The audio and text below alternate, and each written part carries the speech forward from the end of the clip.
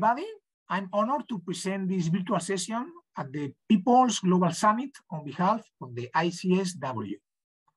First of all, I would like to thank the three speakers participating in this session, my colleague Sergei Zelenev, ICSW Special Representative at the United Nations at New York, René, Special Representative at the United Nations in Geneva, and Xavier Marcuello, Professor of Social Work at the University of Zaragoza.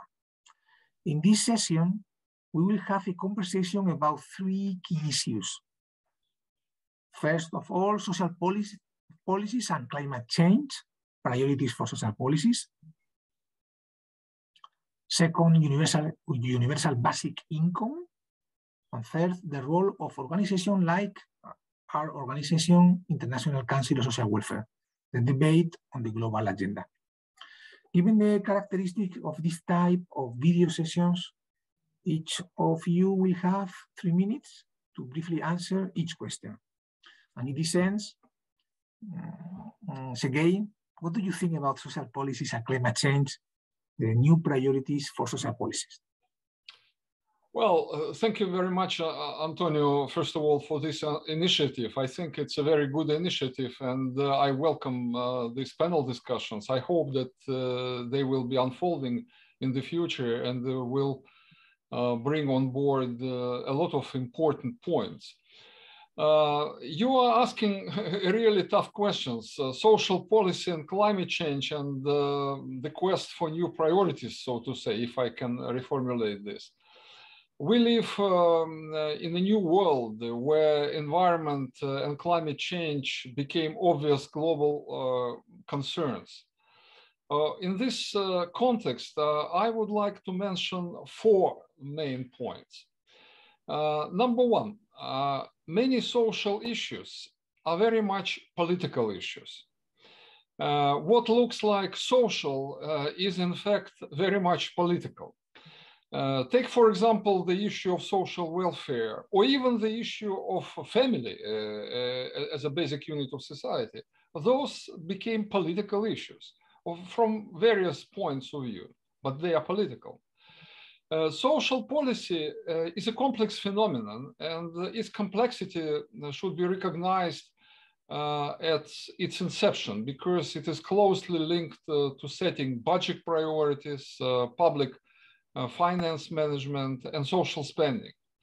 But the point of departure when social policy is discussed is that in democratic setting, to be successful, such policy should be a result of some consensus at the national level. It should be multi-sectoral, and it should embrace several key dimensions and trade-offs. This is something which is very relevant in the context of environment and climate change as well. Observation number 2, or point number 2, if you wish. Equally difficult is to talk about definition that would suit all countries. That social policy could be defined in such a way that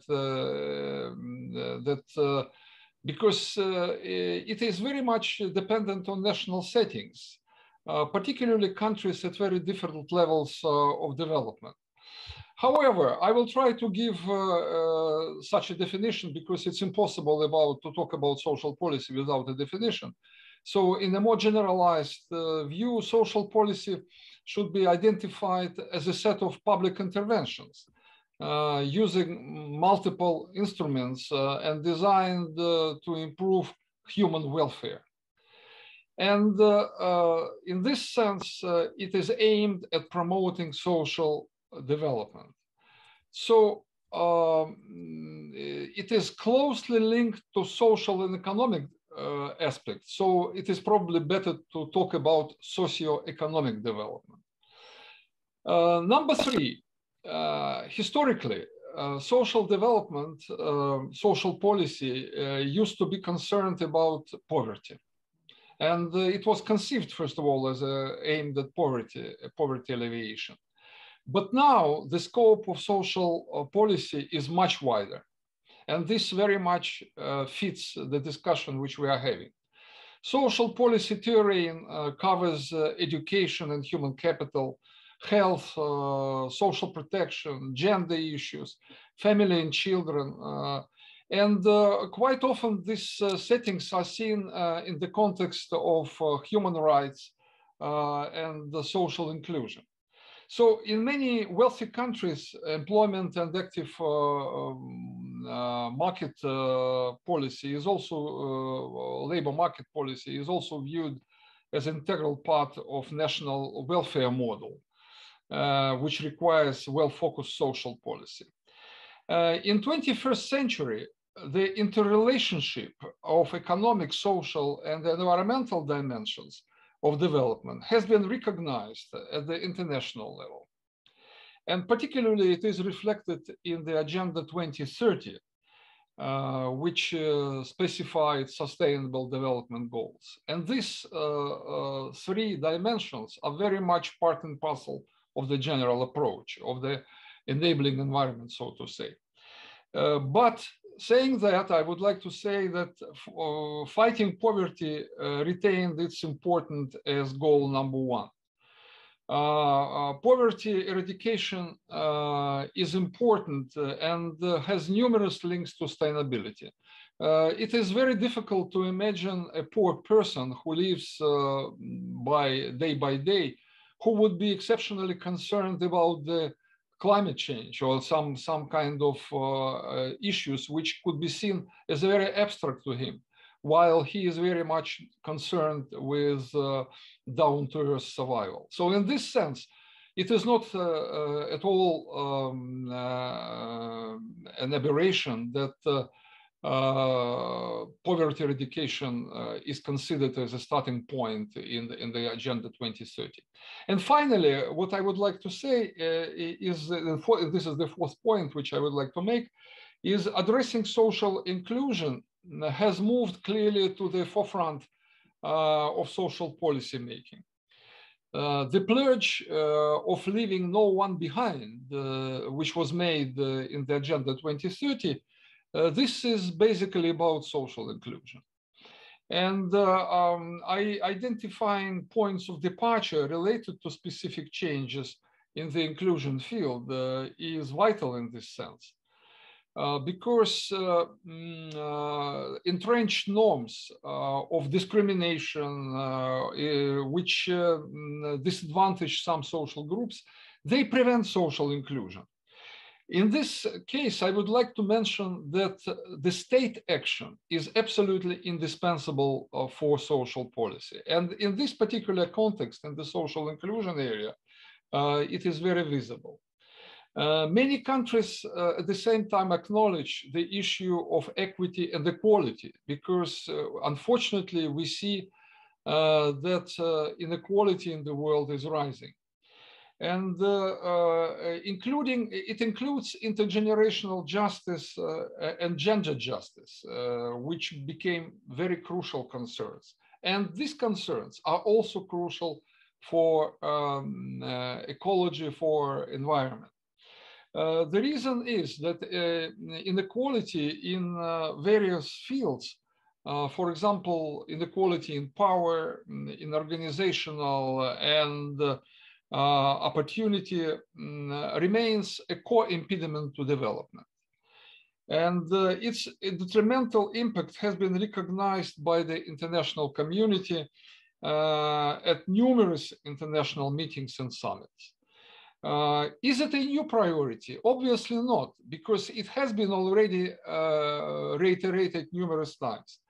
But finding most effective ways to address inequality requires keen analysis of new tools, requires charting new approaches.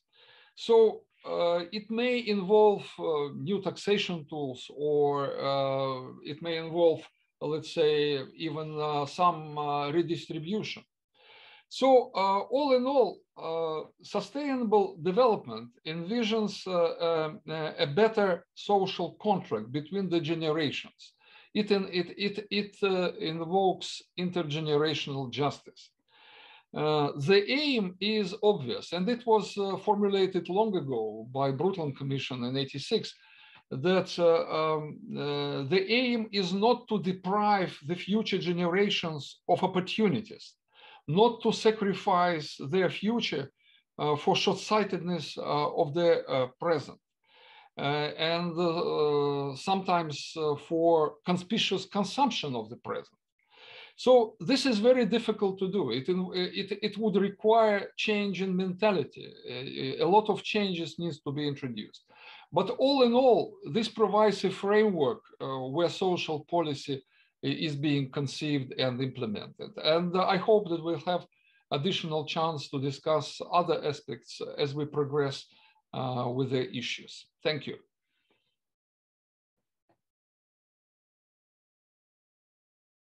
Thank you very much, Sergei. Thank you very much for your suggestions and your point of view. I think that, René, what do you think about these priorities for social policies?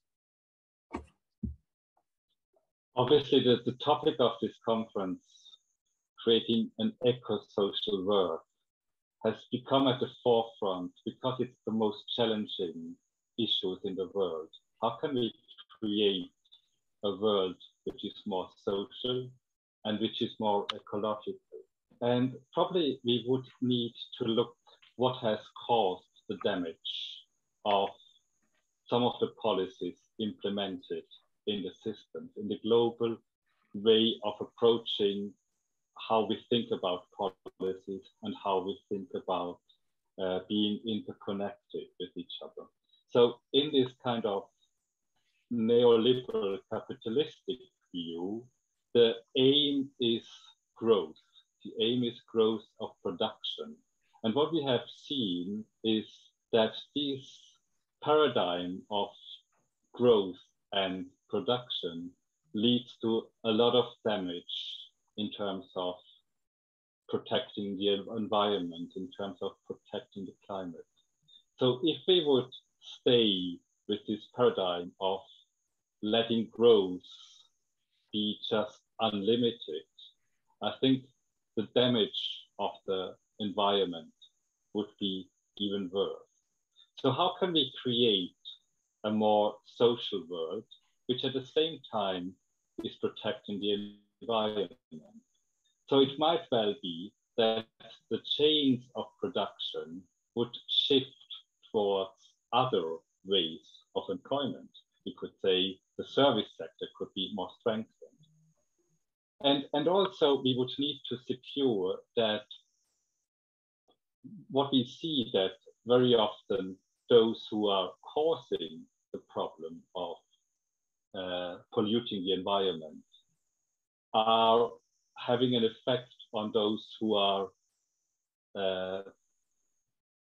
in very precarious situations, like in situations of poverty, in situations of, so we see even there is a migration due to climate change, isn't it? So those who are responsible for some of the global climate change might have an effect on those who are in different regions not causing this kind of pollution. So we would need to start a multilateral discussion on how we can achieve the goal of sustainability, but at the same time also achieve the goal of poverty eradication.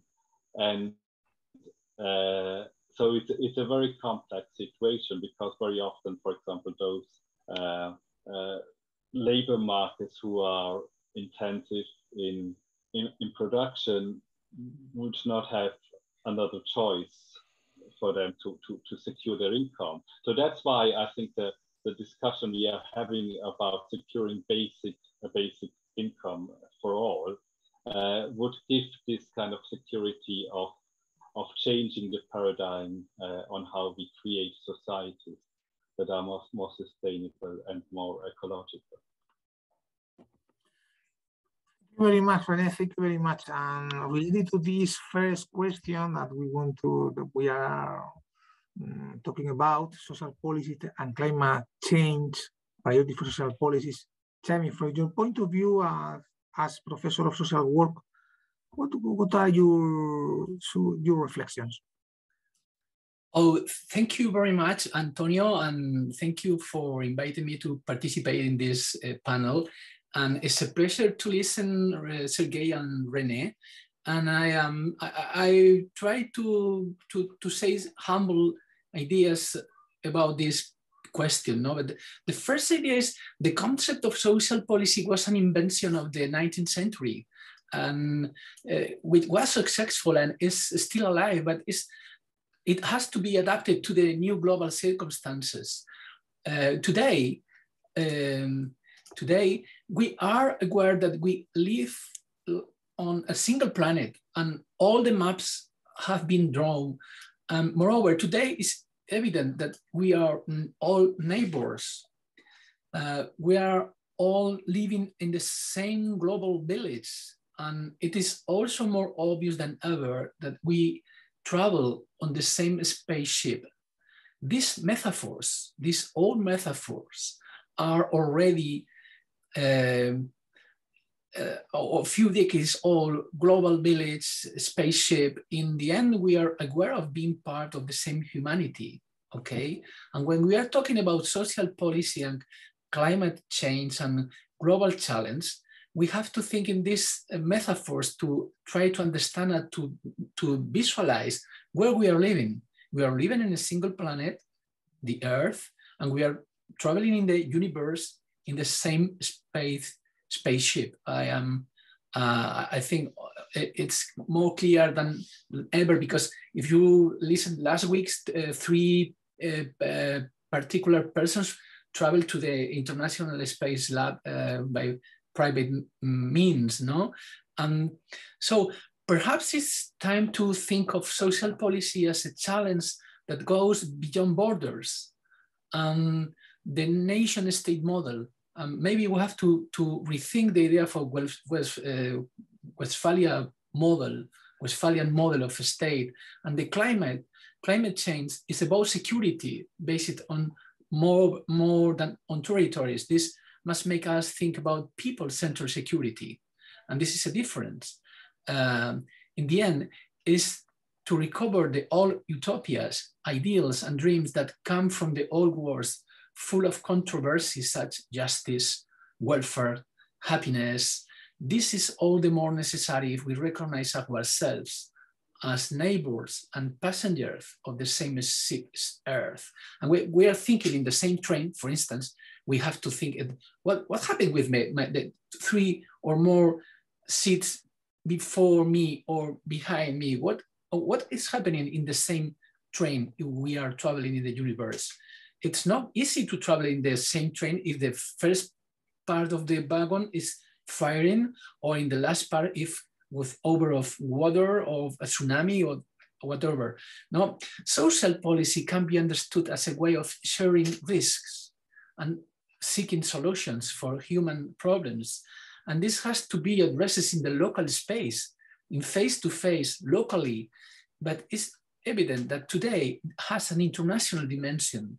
In the distance, the global is a dimension that must be included in the social and the social welfare policies.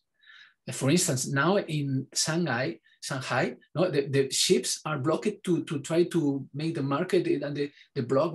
Is something happening in the global markets with the phenomena that we are living in our days in many parts of the world. But climate is one of the physiological dimensions of the Earth, if I may say so. No, the planet, we are in a single planet, and humans, we are just another part of the biosphere, one more element of the Gaia system, if you remember the book of Lovelock, another old way of naming the challenge ahead of us.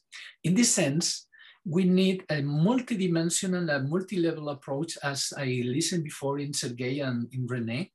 And we have to think more in the past utopias, where that old Kantian ideal of perpetual peace allow us to build a better world for future generations. So I try to propose to recover some old metaphors to think about social policies and climate change and which had to be the priorities for these social policies. I think first people and after territories or borders. I think we have to finish the idea of border. Maybe it's a long and old project. Thank you very much, Simon. Thinking about the war, the issue of borders is so important right now, no? Well, thinking about our conversation, no? Priorities for social policy, I think that one key priority is the universal basic income in every country. Sergei, what do you think about that? No? What are your point about the universal basic income? Would you like me to start on that, or? Yes, of course. Thank you. First of all, I would like to comment on what Jaime said. I think that his point that at one point in time, we may require social policy which would be quite universal and which would clearly reflect the concerns of environment which doesn't stop at the national borders and which is one of the transnational issues. I think it is a very valid point. I fully agree with that. And the time may come for that. I mean, we see some initial steps in this direction when global normative documents are adopted. However, it is still, unfortunately, a long way to go. But let me comment a little bit on universal basic income. In my view, it is a very interesting concept. What is amazing that it is being proposed by both extreme leftists and extreme rightists, but on a completely different, of course, completely different basis.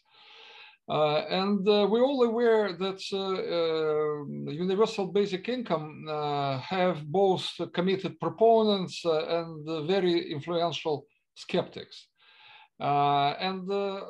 Starting with skeptics, it is usually said that it is completely, it is super expensive and it is completely not affordable.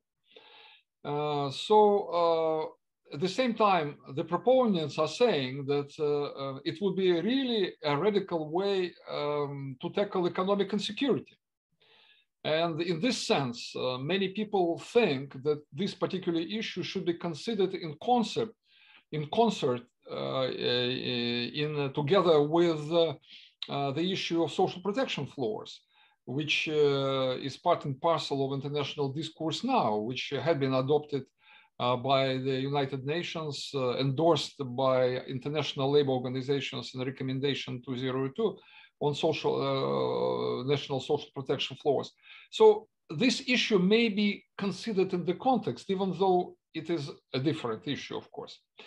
But you see, Jaime several times mentioned the word utopia, and I would like also to pick up this because we're talking about this concept of universal basic incomes. The word utopia comes quite often. But I would like to counteract the skeptics and to refer to one of British, actually, Irish writer, Oscar Wilde, who once noted that the map of the world without utopia is not worth looking at. I think that in this sense, this particular quote captures the essence of what we are discussing. What yesterday was seen as utopia could be seen maybe some years in the future like a noble ambition. After all, 200 years ago, there were no declaration of human rights. Or there were no Bill of Rights as embodied by the two major covenants on human rights and various other documents in this area. However, they exist now. And this is definitely a progress, even if realization of these provisions face many constraints or even setbacks. Let's be honest. Let us not try to look at the world through the rose glasses. So it would again require a change in mentality and attitudes. But I also would like to say that on the substance, a basic income could have some very vastly different effects depending on the national setting. And this is not, this is probably why that in many rich countries who considered the issue, like in Finland or let's say in Switzerland, this has been rejected on various reasons. While in India, where the pilot project was implemented, it was very much endorsed. So actually, the pilot project in India, which I read about a lot, demonstrated that unconditional transfers to the poor, to the poorest segments of the population, has improved their well-being, their welfare, and definitely expanded options in life. So they could spend this additional money on important issues like education or improved housing, which they couldn't do before. Situation in rich countries is different because they have more established social welfare systems. And in this case, there is a greater risk that replacing existing social support schemes could leave poor even worse off, because they do have a very sophisticated network of support. So that's why it remains to be seen how it works in different contexts. But one general consideration is, particularly for the rich countries, is that the labor market is changing very fast. Technological product, digitalization, which we are talking so much about, automatic production, robots, robototechnics, all this means the demand for labor may be decreasing. And then it comes how the people could be supported. If, let's say, automation leads to higher levels.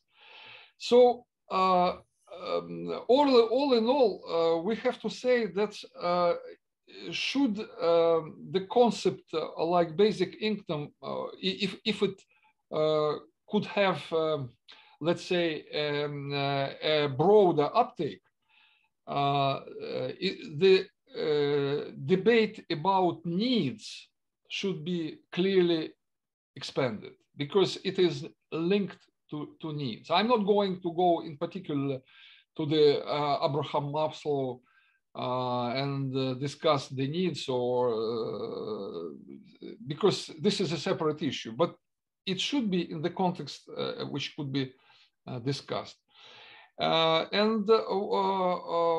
What is positive about this debate on universal basic income, in my view, is that it may give a boost or even additionally revitalize the debate on what form of social protection is required along the life course. And this debate is a step towards progressive realization of social protection. So in this sense, no matter what proponents of skeptics are thinking, the debate itself is positive. And I believe that our organization should also continue its attention to that. And this is one of the reasons why addressing the UN, we all quite often mention the need to pay attention to this particular aspect. It should not be simply trashed on the grounds that it is very expensive or even counterproductive, and that it may even provoke laziness. No, I think it should be considered seriously. And it should be analyzed in the context not only of today, but also in the future. That's my view. Thank you. Thank you very much, Sergei. I think that you are totally right. One of the big goals, no, of international conscious social welfare is to put on the table the global agenda this kind of debates.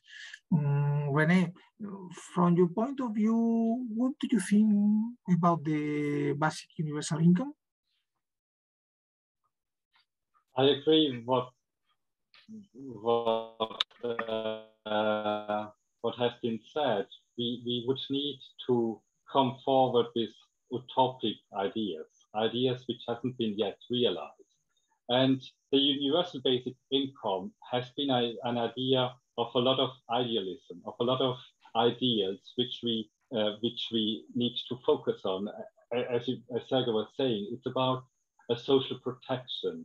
It's about not letting people fall into poverty because they know there is a social policy which gives them access to food, to health, to education, all these basic needs we need to secure in a state. And you have mentioned, Sergei, the difference between the poor countries where it has been realized in India. So I think there it was really to prevent poverty, to fight poverty. And interestingly, in the richer countries, in the wealthier countries, it was more about the context of laziness, of what does it mean not to have conditions linked to an income. And what we have seen is it has created a lot of energy to do things differently. So if we speak about creativity, about coming forward with different solutions, I think the eagerness of the human being to act upon what are the skills, what are the ideas, and to do so in a free way. I mean, that's what we have seen as an outcome. Very often, it hasn't resulted in laziness, it hasn't resulted, but it has resulted in people finding new ways of contributing to society. And I think that is also, when we speak about utopia, we would need to give people the space to think, to have utopic ideas, and to realize this kind of utopia. And an unconditional universal basic income gives people more freedom to act in these lines. But it's in terms of the social protection, of social policies, it is, in my view, in the context of securing or respecting the value of human dignity, of respecting that everyone has the same right to access to their basic needs. And I think that's what we need to achieve in this world. And it might be an utopia, but this kind of conference we're having, this kind of global exchange, I think is the way forward to try to express what we think is an utopia. And maybe one day it will no longer be an utopia because it is a response to the challenges we face in this world. Thank you very much, René. Thank you very much. And Jaime, from your point of view, from Spain and as professor of social work, what are your reflections related to the universal basic income? Well, it's really complex, this issue, and and after listening my two colleagues, well, maybe we have to share and discuss about the concept of utopia. But maybe because I don't want to use this word. I prefer to use the word in Spanish is utopia. If the prefix "u," topos, means the place where never is, no, the Neverland. In Spanish, it's easier to explain. That is, the word is utopia. The word, the good place, not the utopia. The utopia. But sorry for this confusing speech, but I try to say, well, maybe we need to remember very, very old words. One is from the prophet, I think it's Isaiah, no? They say, they shall be, there is wars into plowshares and there is peace into pruning hooks. A nation shall not lift up its word against a nation, and they shall not learn war again. No, it's very old. And remember, at the end of the 80s, at the beginning of the 90s, this was a famous paper in economic, in social economy, and so on. The topic was just this, no? These wars will be plowshares and the spears will be pruning hooks, okay? And we forget this now, okay? But about the universal basic income, I think it's a project that sounds utopian, but it's not this. I think it's question it from many perspectives, but it has a clear effect. It's a goal, like Sergei proposed before, no? I think it's a goal that once formulated exists, okay? And we have the idea. And when we have the idea, you have the goal, the target, and now the challenge is how to get the means to achieve it. And here again, all debates arise, but perhaps it's more of an utopia. I don't know how to say utopia in English, okay, but it's different for utopia. That's a good place that can be reached, different from utopias that are nowhere, okay? And here again, the problem is not formulating the solution, the goal.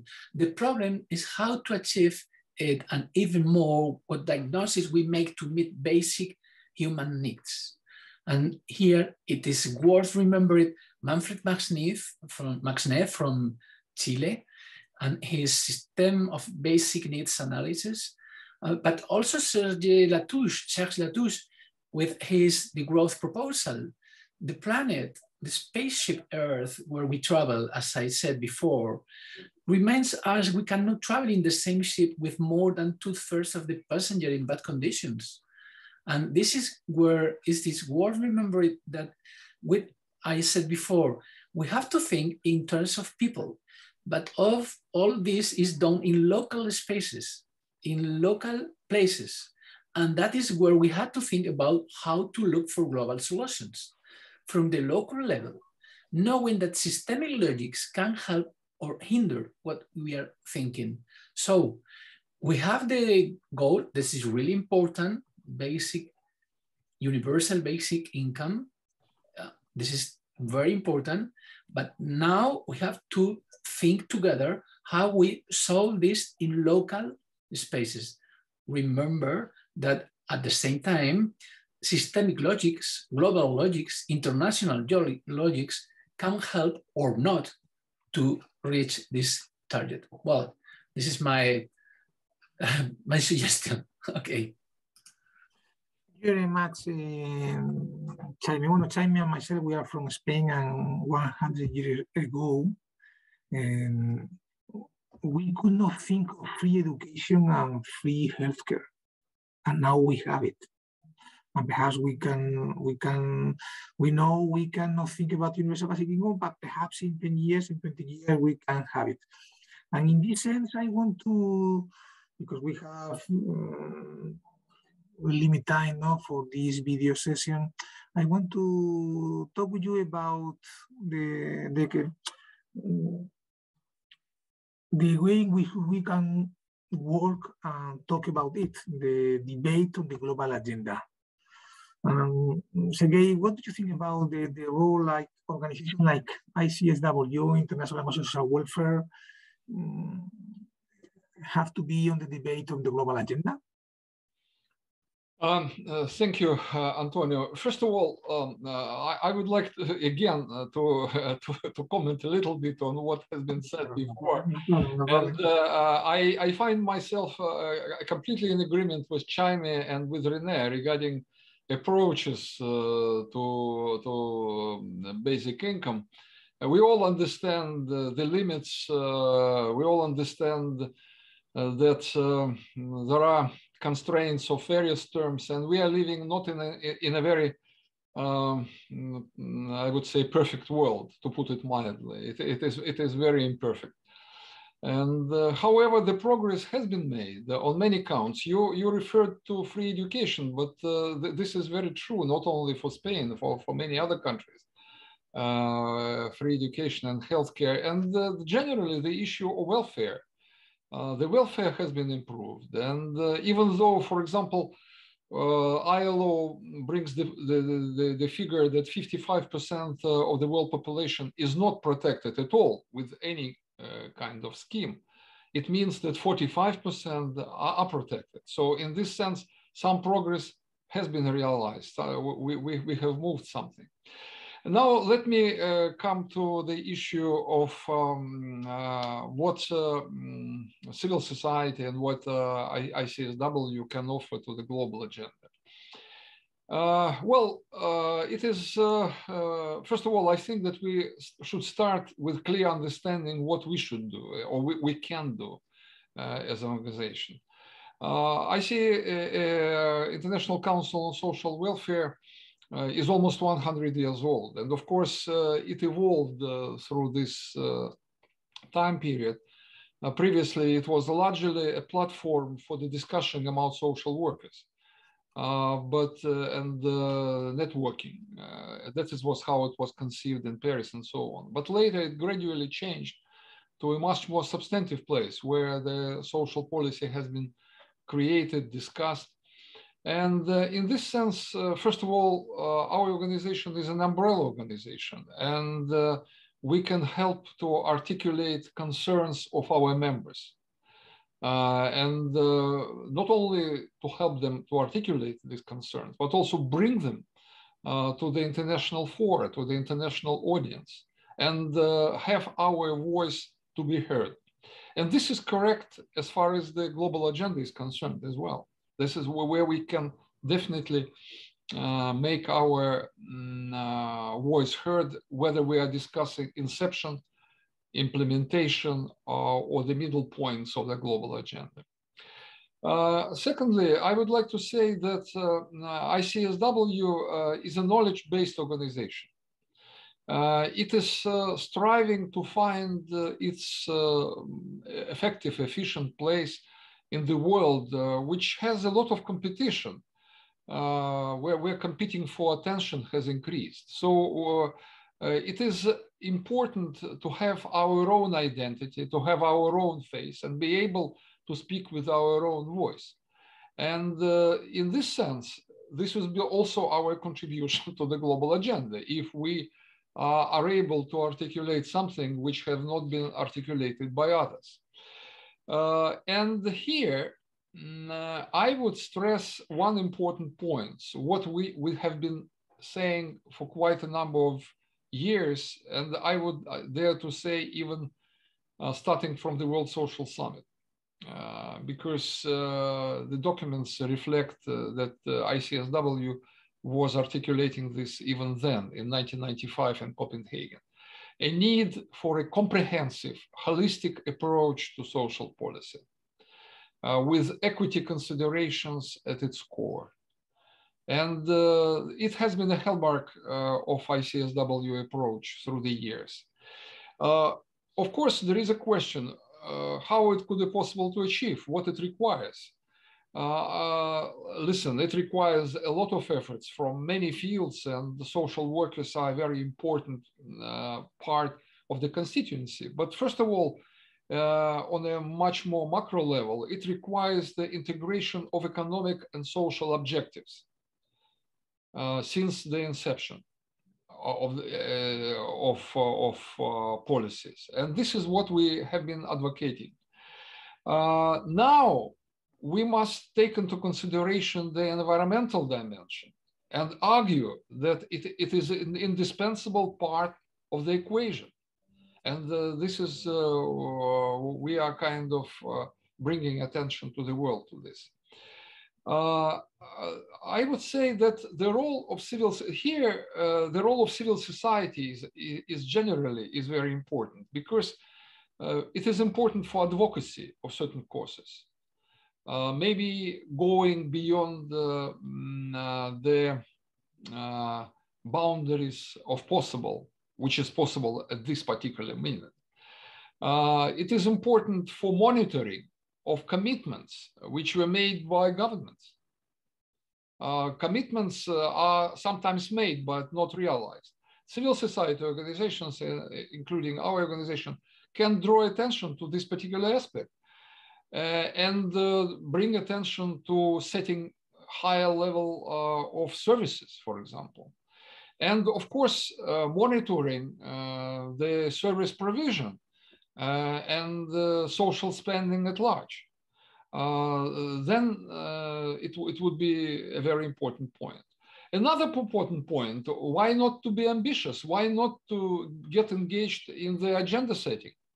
Of course, we understand our limits. However, good ideas are always welcome in the international discussions. So in this sense, our agenda setting part and our role in agenda setting might be very important. Here, I would like to say that whenever we go, if we consider, for example, some sort of social guarantees, or let's say social security guarantees, which have been provided by in the recommendation of ILO, they depend very much on the state of action taken by the state.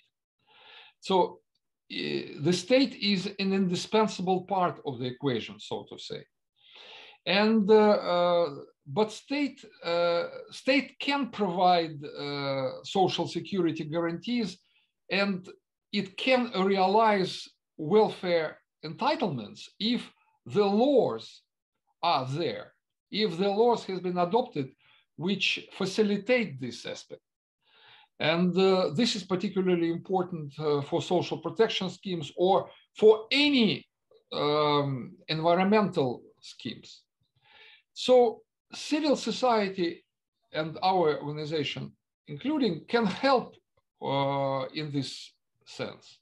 It can help with articulating some legislative inputs, understanding clearly that situation at the country level differ very much from one country to a level to another, and there is no one size fits all solutions. This would be completely impossible and probably counterproductive. But contacts between the policymakers and civil society is very important in this regard.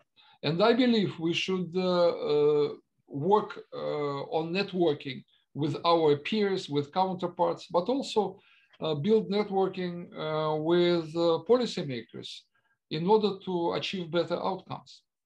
This is my take. Thank you. Thank you very much, Sergei.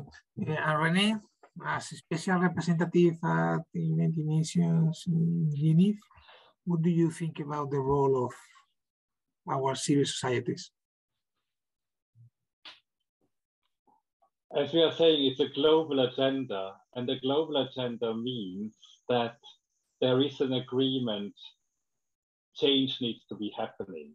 Change needs to be happening towards social development, towards better social policies. And the role of our organization is, as it was said, it's a knowledge-based organization, but it's also an organization which has some rich experiences. What kind of policies are working and which one are not working?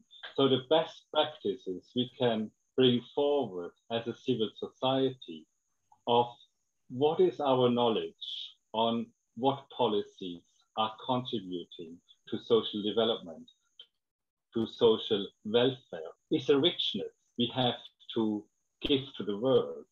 We have to give to the discourse on how to create an agenda which is in favor of all, as this is the topic of the conference, leaving no one behind. So, and the awareness that it needs to be global, I think is very important, because social policies are interconnected. One social policy might have an effect even on a global scale. So I think that is something which civil society has to be pioneering of, bringing forward new ideas which are outside. I mean, I was mentioning at the beginning, sometimes people are limited in their way of thinking. They are limited in the way of economic growth, but neglecting the fact what economic growth is doing to the environment. So obviously new solutions need to be brought forward. So, and I think that is the role of civil society, and for us as the International Council of Social Welfare, having this rich history on what is working well in the context of social policies and what is not working, and as such being also a voice of raising awareness and advocating for those who might be often forgotten. I think that is something we need to constantly play our responsibilities in this way. And what I like about the global agenda, the idea of the global agenda, it is a commitment of many organizations. It is a commitment of cooperation. And as such, it can become a movement. And I think a movement is the thoughts being translated into actions, into moving from one side to the other. And I think that is, we have been speaking about metaphors at the beginning. And I think that is a nice picture for us. We are in a train moving forward towards these goals, towards this agenda. And I think that's a beautiful picture. Thank you very much. Thank you very much for your comments. René, I think I agree. We need to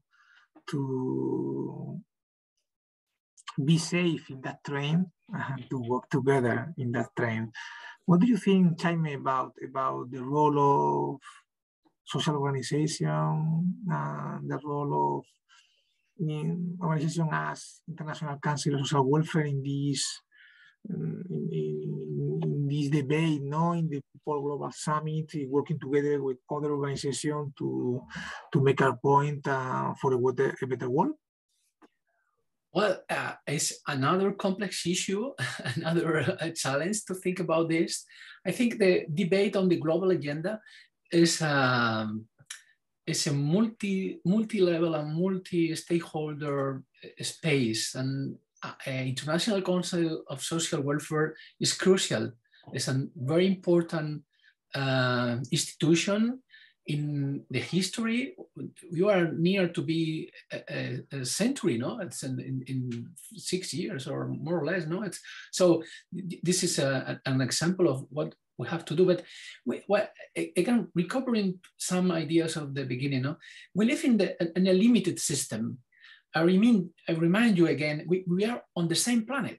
And if we are living on the same planet, in the same neighborhood, we need a global agenda, as René, he has defined perfect. And that is why we need to think in global terms. The global agenda means thinking in the planet state. I suggest the idea of planet state. And it is not a new idea, okay? It is, in my case, I understand it is a complete legal system. This means that there is a legal framework, laws from the logical framework of the human rights, and also a system of sanctions. And in case they are not complied with, it's unacceptable that fundamental freedoms are not respected. And it's also unacceptable that forms of violence that harm people, regardless of the territories, are not accepted. Again, human security, once again, to put the global agenda mechanisms to diagnose global and also local problems. mechanism to think of solutions and formulas to govern this planet state in a coordinated manner. That means when we are thinking in a state, it's in Bavarian model, no, it's the monopoly of the violence, the legitimate monopoly of the violence. But this is very important. The Bavarian approach, no, it means which is not a system at the service of the tyrant or a single government of the king, no, or a queen. International institutions such as the ICSW, International Council of Social Welfare, have the function of creating a space for such consensus. And they are the place to think about the global agenda, but to mark a space of obligatory compliance. Perhaps this is the time to consider the relevance of the principle of non-interference or no-injerencia in Spanish, no? It's, for example, in Spain, when we are thinking in violence against human or domestic violence, gender violence, if a neighbor hears that a woman is being assaulted in the house next door, he cannot stand still. It is basically the same as obligation to render assistance. If we know that things are not being done well, we must join forces to solve the problems together. The global agenda, in short, means that we are aware that we are traveling on the same planet and we need to coordinate ourselves in order to live well. We don't need more states to repress the population.